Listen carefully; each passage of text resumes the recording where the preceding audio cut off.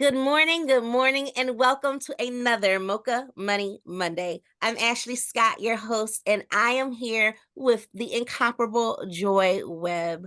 Joy is a powerhouse phenomenon when it comes to all things philanthropy, and she's here to talk with us today about how nonprofits can be highly effective and ways that they can make sure that they are building a firm foundation to get to the bag and get the monies from the different investors and partners and people who help them to drive their mission forward. So I'm really excited to have this conversation with Joy. She is a phenomenal woman who has over 15 years of experience, and specifically in the philanthropic area of her work. But beyond that, she is a community leader who has been a part of the DeKalb Leadership 2022 Council. She is just doing phenomenal things locally. And so I'm excited to share her with you all today in our audience. So thanks for tuning in to Mocha Money Monday. And thank you, Joy, for joining us today. How are you feeling?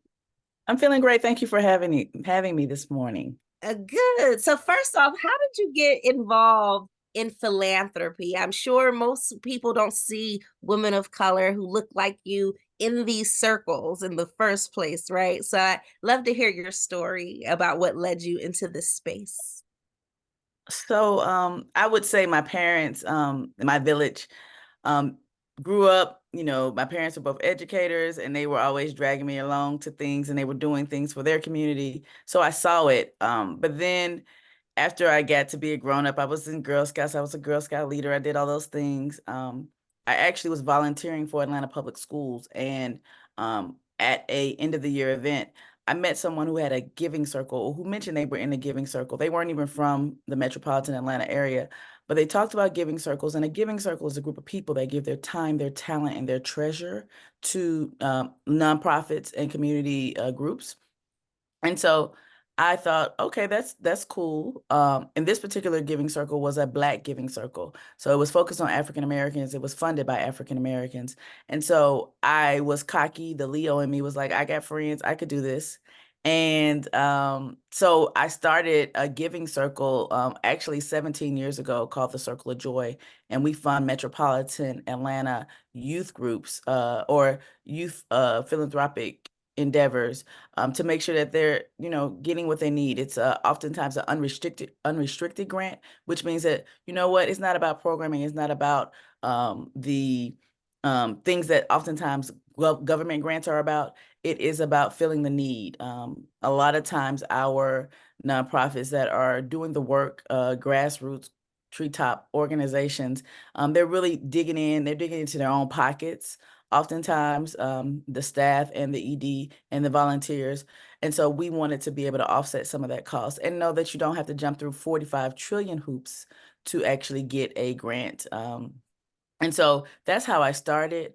And I talk a lot about collective giving, putting, many hands make lighter work. And then also, sharing that trust-based philanthropy, because a lot of these nonprofits are doing the work. You have to trust them. A lot of Black nonprofits, you got to trust that they're doing the work. It's hard work and it's also heart work. And so this is how I got involved, and how I kind of, do my thing and work with several organizations as they transition, knowing that they can actually have a base, have funds, be effective in community, and also build trust with the community that they're trying to serve. These are all good points. I think that trust is essential in any relationship. But when you think about giving, the organizations that we tend to give to, I mean, people give to the Goodwill. That's like an easy, well-known brand that is on every corner. And I think that's solidified our trust with giving to those types of organizations. But when it's something that's not as well known, it can be a little weird to be like, do I know if they're going to use my money in a way that's going to be beneficial to the community in a way that they say that they're going to use it, or somebody's just going to be buying a Fendi bag or getting a BBL. So I think there are reasons why in our community trust is always a factor, but it is great to have a liaison, someone who can help say, no, no, no, this is a good cause. So can you talk about a little bit about your work with the Funders Network and how you help to be a liaison with people? I know you have a certain kind of designation that helps people find charitable causes. Can you talk a little bit about that as well today, Joy? So I'm a CAP, which is a Chartered Advisor of Philanthropy. And so what that means is well, my goal is it is literally an advisor for philanthropy. So usually when I'm looking at donors, they have a niche, they have a what they like. And so I am that liaison. I'm that trusted advisor. I'm listening to what they want to do, or how they want to affect the world. And then I work with them and a team to make sure that they get to pour into an organization the way that they can. A lot of times, it takes a lot to make a nonprofit be successful, right? It takes the funding, it takes the talent, the time, the talent.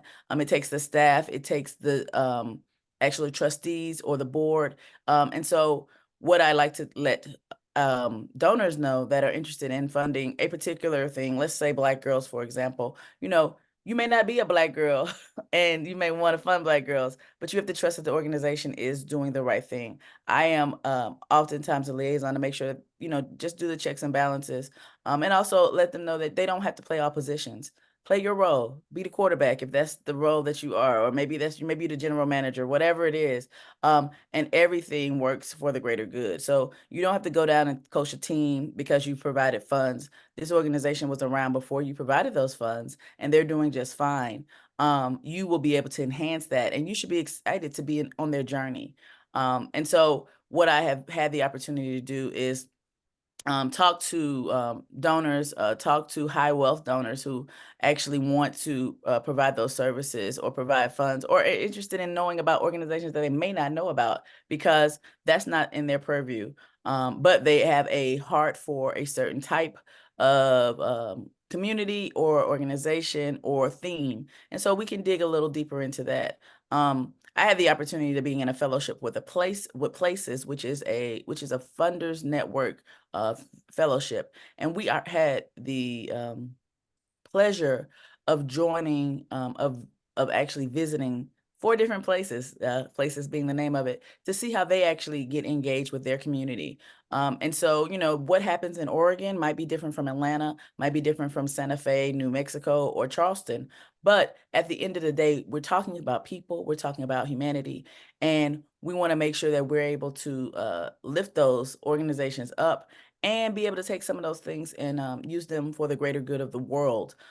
Learning, it's always a learning journey, and people are people. So you have to meet people where they are, and you have to be able to be of service and not make anybody feel as though you're better than them or there's a caste system, because we're all trying to make the world a better place. That's it. We're all trying to make the world a better place. And I think right now it seems like it's harder to make the world a better place because we're all hearing everybody talking about recessions. We're hearing people say, that the belt is tightening because folks are concerned about just the political direction the country's going in. So when you think about some of these funders and we think about nonprofit organizations whose lifeblood are funders in a lot of cases, right? A lot of people are not driving any revenue streams for their nonprofit, and charitable gifts is how they function.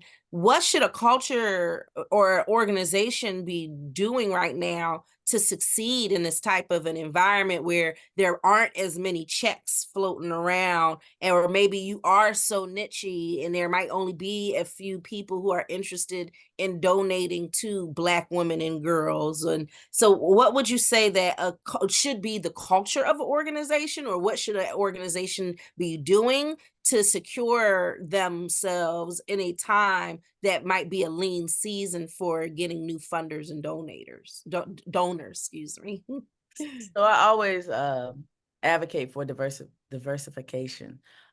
So oftentimes nonprofit leaders go after these huge grants. It's hard. You're in a field with 1 million other people trying to get this $1 trillion grant or whatnot, going after the McKinsey Scott money, et cetera. But you have to do the work on the ground too. Individual donors, most of the times with nonprofit organizations, that's what keeps the lights on. And so if you are pushing things out to your network, or a vast, whoever your target audience is, $5 a month from a million people goes a long way, right? So it doesn't, like I said, I talk about collective giving a lot because you can make a difference and you don't have to be, as I oftentimes say, if you think about a philanthropist, you oftentimes think about a white rich man, and Mhm. that's not really who is. Philanthropy is the love of humankind.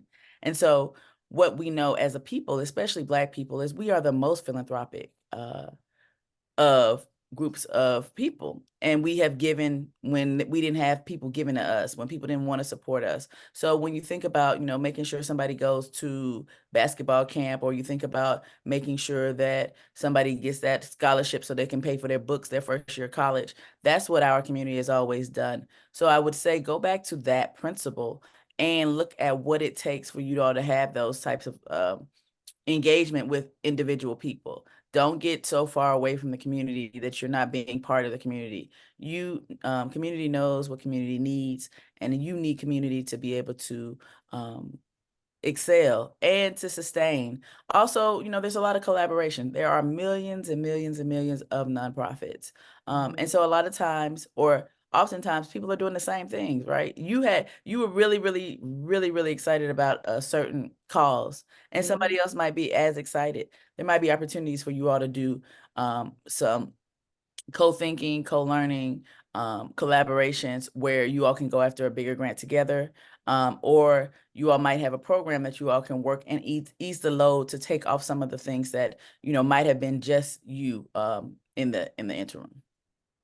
That makes sense. I love that. Diversify by not just think about old white men as the philanthropists, right? But we all can be philanthropists. So I love this idea of this giving circle. Can you tell us a little bit more about giving circles and how maybe even people can establish them for the nonprofits that they might be interested in supporting? Because seems like that could be a way, these giving circles, to really support smaller nonprofits that don't have all of the resources to hire a Joy Webb or to hire somebody to really push them forward as a development officer.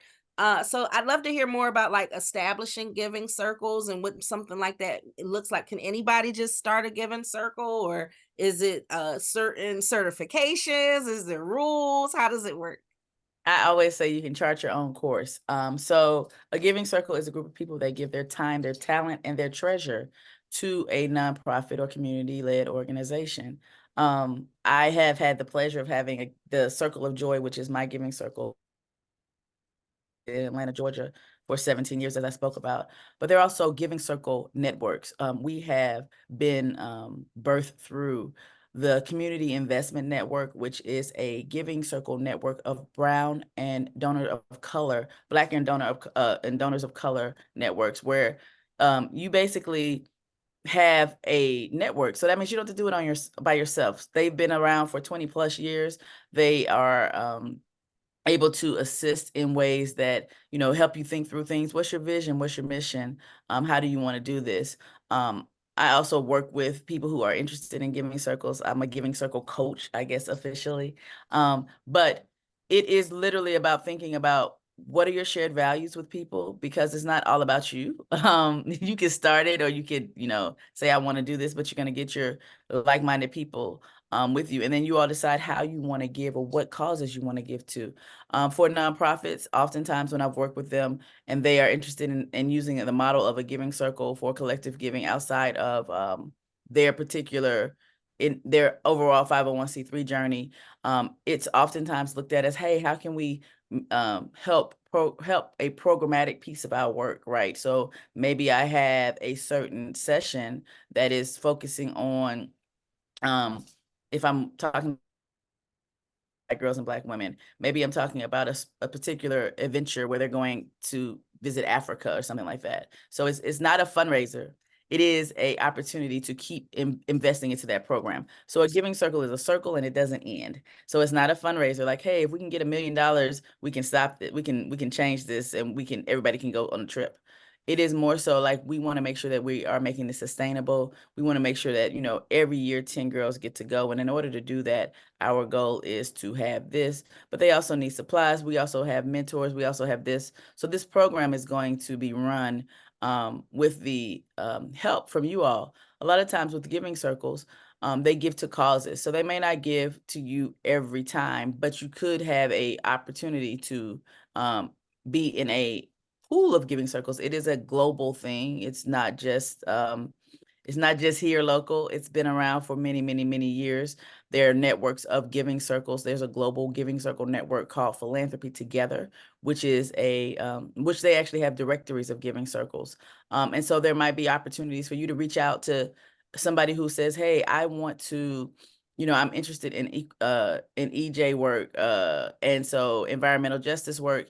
And that's what your giving circle does. So maybe they don't know about a Black environmental justice group that's located in Pittsburgh. You all could, reach out to them and share a little bit. A lot of times people don't know what they don't know. So there are a lot of different ways that you can fund. There's a lot of different ways that you can engage with people, and they can advocate for you. A lot of times it may not even be about the money. It could be that I am aware of an organization and I'm talking to somebody else who has money, right? And so I'm able to advocate and share your story with someone who might really be connected and want to fund it or want to be a part of it. And so that is another way that people can be engaged, be involved, and get their message out outside of their core group for their nonprofit. They can actually get their message out to the Giving Circle networks and people in general, because I also say that giving circles are everyday people doing extraordinary things. It's a easy way to be really intentional about how you're giving your money. A lot of times when we're thinking about, I worked for corporate for a very long time, and they were like, "Hey, you got to give 3%." Okay, I'm giving 3%. Where's it going? I don't know where it's going. Maybe it's going to United Way. That's great. But where in the United Way? How does that work?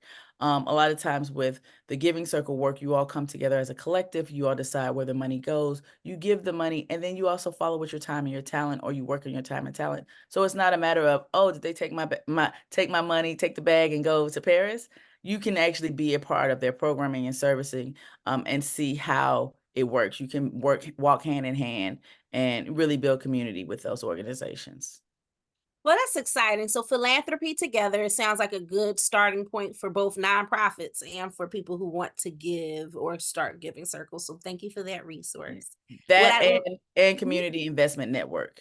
Community Investment Network. And Mhm. now you actually helped with the Community Investment Network conferences for I have. several years, right? I have. So I'd never heard of the Community Investment Network conference or what a community investment network is. So can you school us a little bit more? And then I want to take that same question a little step further, right? When you think about nonprofits and what it takes to be a good nonprofit, something that's fundable, something that you can put the 5-star A plus sticker on. What would be some of those things that a nonprofit should start with or have foundationally in place to be something that's fundable? Okay.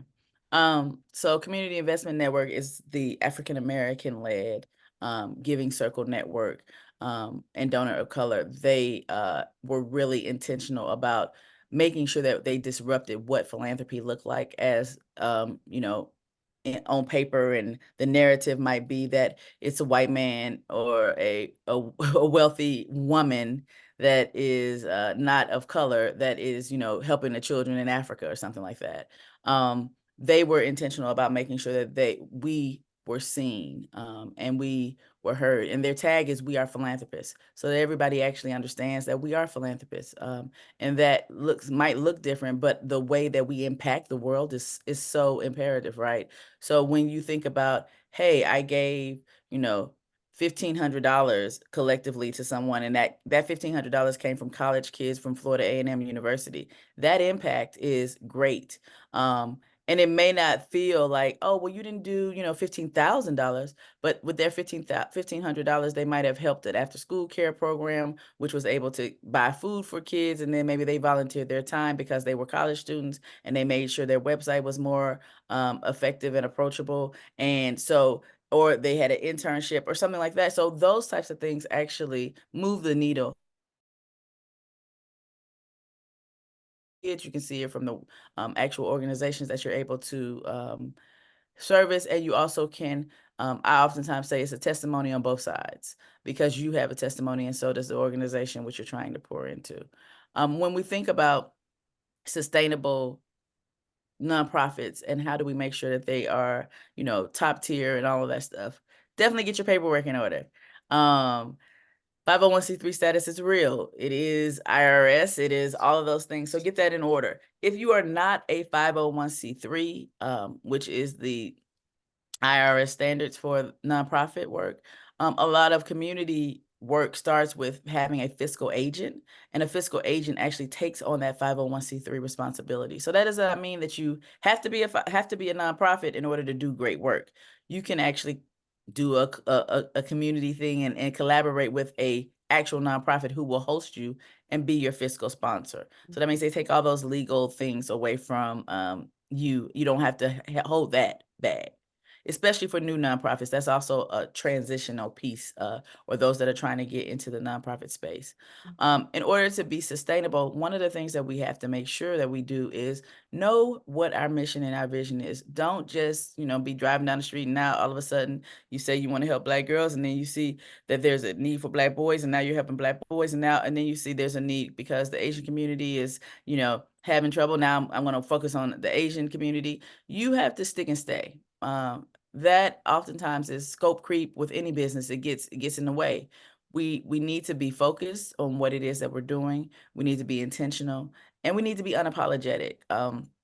Just because the world changes doesn't mean your stance changes. Black Lives Matter has been, the hot topic right now. But the door is closing on Black and brown funding. If you are trying to do that, if that's your cause, if that's your passion, if that's your purpose, you need to stick and stay. You can pivot and maybe you focus on STEM, or maybe you focus on, things that you can get funding that are a little broader, but you still need to focus to your cause, because that also, when we talk about trust and we talk about community, Black and brown and indigenous people have always been looked at and used and extracted from. So if we don't build that trust, they will think that you too are extracting from them. And so you want to be able to build the trust. You want to be able to build community. You want to be able to build engagement, especially when we're talking about communities that are underserved and undervalued. But in order to do that, you have to know who you are and what you are. So what you want to do, what your purpose are, get people and board members who are going to be talking about you in rooms that you're not in. Get organizations that you can fund, that you can walk hand in hand with, and figure out what actually moves the needle. And so then you have to share it. You have to market it, right? You can't be the best kept secret.